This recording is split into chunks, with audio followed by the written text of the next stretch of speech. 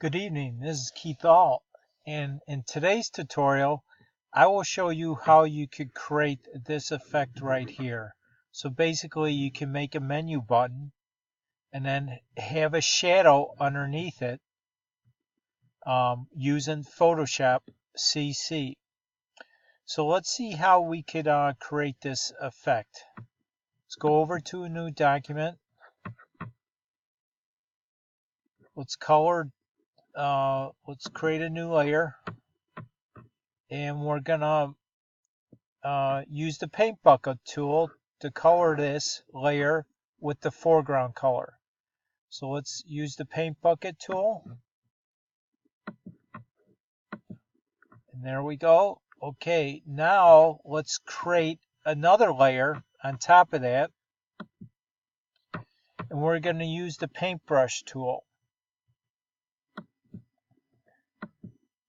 and we're going to change the foreground color to the default of black, and then we're just going to make a dab on this layer.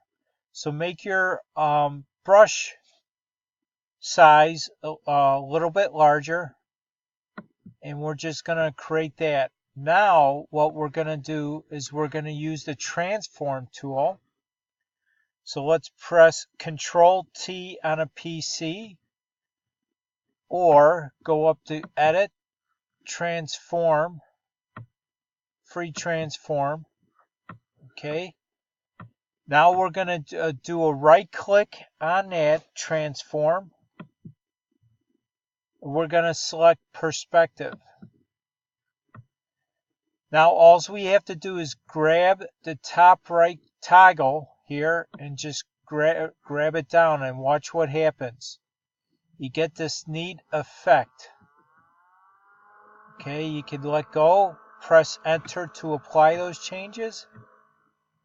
Now what we're going to do is we're going to use the eraser tool.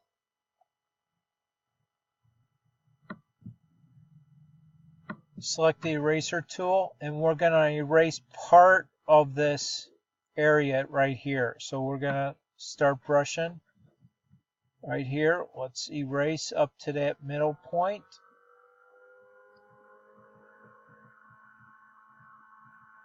Okay. Now what we want to do is we want to use the rectangle marquee tool, and we're going to draw a rectangle over the top portion of this black area. This black area is going to be used as the shadow. So I'm going to select that and go as far as you want.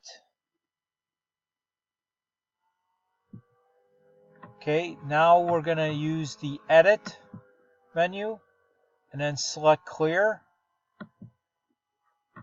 and then press Control D to deselect this selection. Okay, now we're going to use the opacity tool, but let's first put text on here first. I'm going to use the text tool, and let's say I want to type in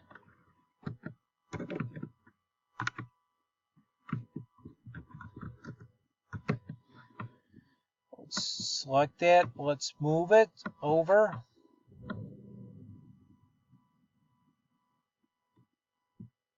Okay.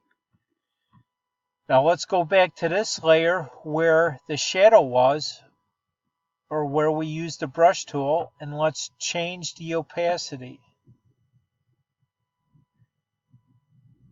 That's how you could get that little shadow effect that spreads out, and just play with the opacity to get the effect that you want. There's it up at 100%. Let's bring it back down.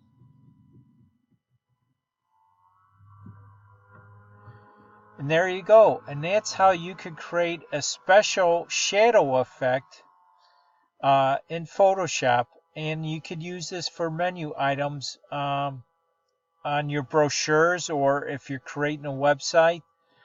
This is how you could do it. And of course, when we use the selection tool, we could have also used the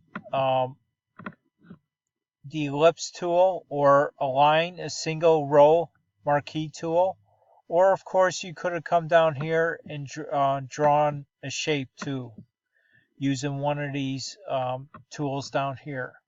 But anyways, I hope that gave you a new idea on how you could create shadows for many different elements on your canvas here. Don't forget to subscribe to my channel, and if you haven't done so already, click on that bell notification so you always get updated when I have a new video ready for you guys to view. Thanks again for stopping by, and of course, please like, share, and comment because it helps out the community. And if you have a new idea for a tutorial, just place it in the comments below. Thanks again for stopping by, and I'll see you on the next video. Bye now.